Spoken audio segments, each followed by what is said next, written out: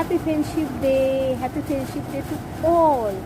আমি তাদেরও happy friendship day জানাই যারা মুখোশ পরে, মুখোশের আড়ালে আমার সাথে বন্ধুত্ব করে আমার পিঠে ছুরি ফোঁকে, তাদেরও। আবার তাদেরও যারা বন্ধু সেজে বন্ধু হওয়ার নাটক করে বন্ধুত্বকে একটা বাজেভাবে বদনাম করে তাদেরকে। আর সেই সব বন্ধুকেও বন্ধু দিবসের শুভেচ্ছা যারা প্রথমে বন্ধু পরে Suvendu. So happy friendship day to all. ভালো থাকবেন। বন্ধুত্ব একটা খুব সুন্দর জিনিস।